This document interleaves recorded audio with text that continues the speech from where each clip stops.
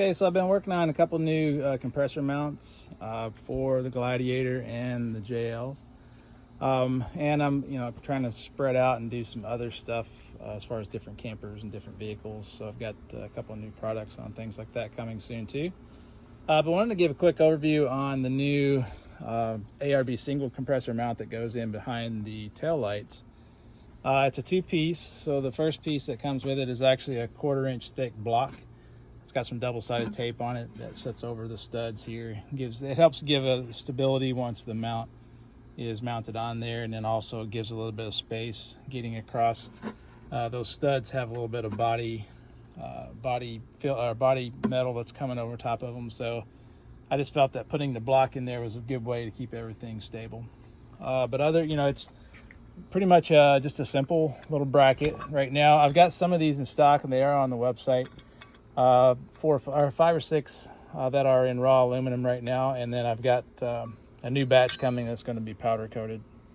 But as you can see, it's pretty easy to get especially the new brushless compressor mounted, because you've got your bracket. You can get that all bolted in place and then just add on the compressor once you do. It's a little bit more cumbersome to add the older single classic style compressor, just because you do have to loosen the bracket a little bit and get that all set up, but still pretty easy to get set up.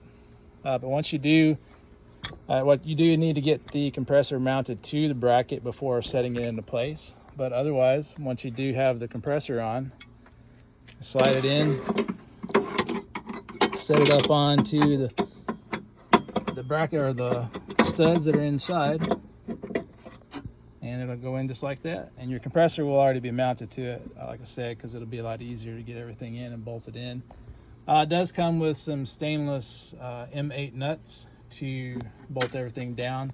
They're not locking nuts, just because the locking nylon nuts stand off of those studs just a little too much. So you'd want to use some red Loctite on those. But otherwise, once you get it bolted in, I mean, it's pretty simple. Good clearance away from the tail light once it goes in. And then you also have quite a bit of space to run air lines and electrical coming up underneath there. For right now, my suggestion would be to add your air coupler right in here. Just drill a 3/4-inch hole and put your air coupler in. I am working on some external and internal rocker switch and air coupler plates, so those will be coming soon. But for right now, the compressor mount itself is available on the website, a13fabrication.com. So if you guys have any questions on this, I'd love to hear it. Thanks.